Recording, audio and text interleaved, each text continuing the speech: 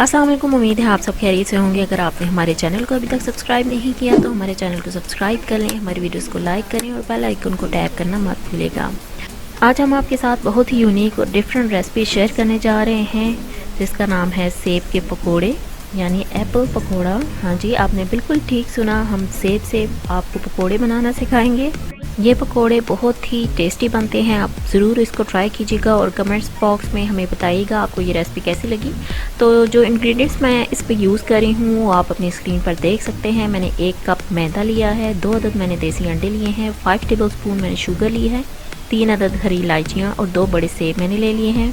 सबसे पहले मैं चीनी को पीस लूँगी, इसको हमने बारीक पाउडर बना लेना है। आप इसको ग्राइंडर में ऐड करें और साथ ही जो इलायची के दाने हैं वो निकाल के उसमें ऐड करें और दोनों को साथ ही ग्राइंड कर लें जिस तरह आप अपनी स्क्रीन पे देख सकते हैं। तो ये शुगर मैंने मैदे में ऐड कर दी है, इसको हम अच्छी तरह से मिक्स कर लेंगे। शुगर की क्वांटिटी मैंने नॉर्मल रखी है, मुझे ज़्यादा मीठा नहीं पसंद, तो बहुत ही बैलेंस्ड ये रेसिपी है। अगर आपको ज़्यादा शुगर पसंद है तो आप इसमें अपने टेस्ट के मुताबिक ऐड कर सकते हैं। तो शुगर को मैंने मैदे के साथ अच्छी तरह मिक्स कर लिया है। अब हम अंडे को अच्छी तरह से फेंट लेंगे।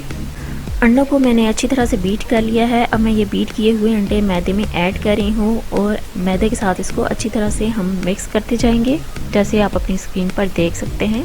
अंडा मैंने सारा मैदे में ऐड कर दिया है, आप देख सकते हैं। अब मैं इसको मिक्स कर रही हूँ मैदे के साथ, तो ये थोड़ा सा गाढ़ा बैटर आपका रेडी हो जाएगा। अब मैं इसमें हाफ कप मिल्क ऐड करूँगी, तो आप देख सकते हैं ये थोड़ा भी गाढ़ा है, तो इस पर मैं और दूध ऐड करूँगी। इस बैटर को हमने बहुत ज़्यादा गाढ़ा नहीं रखना, दरमियाना सा बैटर हमने रखना है, ना बहुत ज़्यादा गाढ़ा हो ना बहुत ज़्यादा पतला। आप देख सकते हैं मैंने और दूध ऐड किया है और इसको अच्छी तरह से मैं मिक्स कर रही हूँ। मैदे में आपके लम्स बिल्कुल भी नहीं होने चाहिए, इसको आपने अच्छी तरह से बीट करना है जिस तरह आप अपनी स्क्रीन पे देख सकते हैं। तो कंसिस्टेंसी आपने इस तरह की रखनी है जैसे आपको स्क्रीन पे नज़र आ रही है, तभी आप ये पकौड़े अच्छे बनेंगे। एक सेब को मैंने पील ऑफ कर लिया है, इसके सारे छिलके मैंने रिमूव कर लिए हैं और इसको मैं राउंड शेप में कट कर रही हूँ जैसे आप अपनी स्क्रीन पे देख सकते हैं।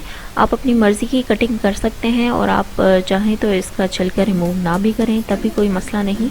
मैंने एक फ्राइंग पैन में ऑयल को गर्म कर लिया है। अब हमने जो सेब कट किए थे उनको इस बैटर में अच्छी तरह से कोट करके इस ऑयल में ऐड कर देंगे और इनको फ्राई कर लेंगे। आंच आपने बहुत तेज़ नहीं रखनी, आपने हल्की आंच पर इन पकौड़ों को फ्राई करना है क्योंकि इसमें शुगर है और ये बहुत ही जल्दी कुक हो जाएगा और इसका जलने का ख़तरा ज़्यादा होता है, तो आपने बहुत ही हल्की आंच पर इनको फ्राई करना है। आप देख सकते हैं मैं किस तरह से अच्छी तरह इन सेब को बैटर में कोट करके फ्राई कर रही हूँ। तो जैसे ही एक साइड पे गोल्डन कलर आएगा आपने इसकी साइड चेंज कर देनी है। सीड्स को आपने ज़रूर रिमूव करना है क्योंकि ये मुंह में आएंगे तो बहुत बुरे लगेंगे। अगर आपके पास कोई छोटा कटर है तो आप जो सीड वाला पोर्शन है वो कटर के साथ कट कर लें। तो एक सेब को मैंने राउंड शेप में कट किया था और एक सेब को मैंने स्लाइसेस में कट किया है। आप बारीक स्लाइसेस करके भी इसको फ्राई कर सकते हैं।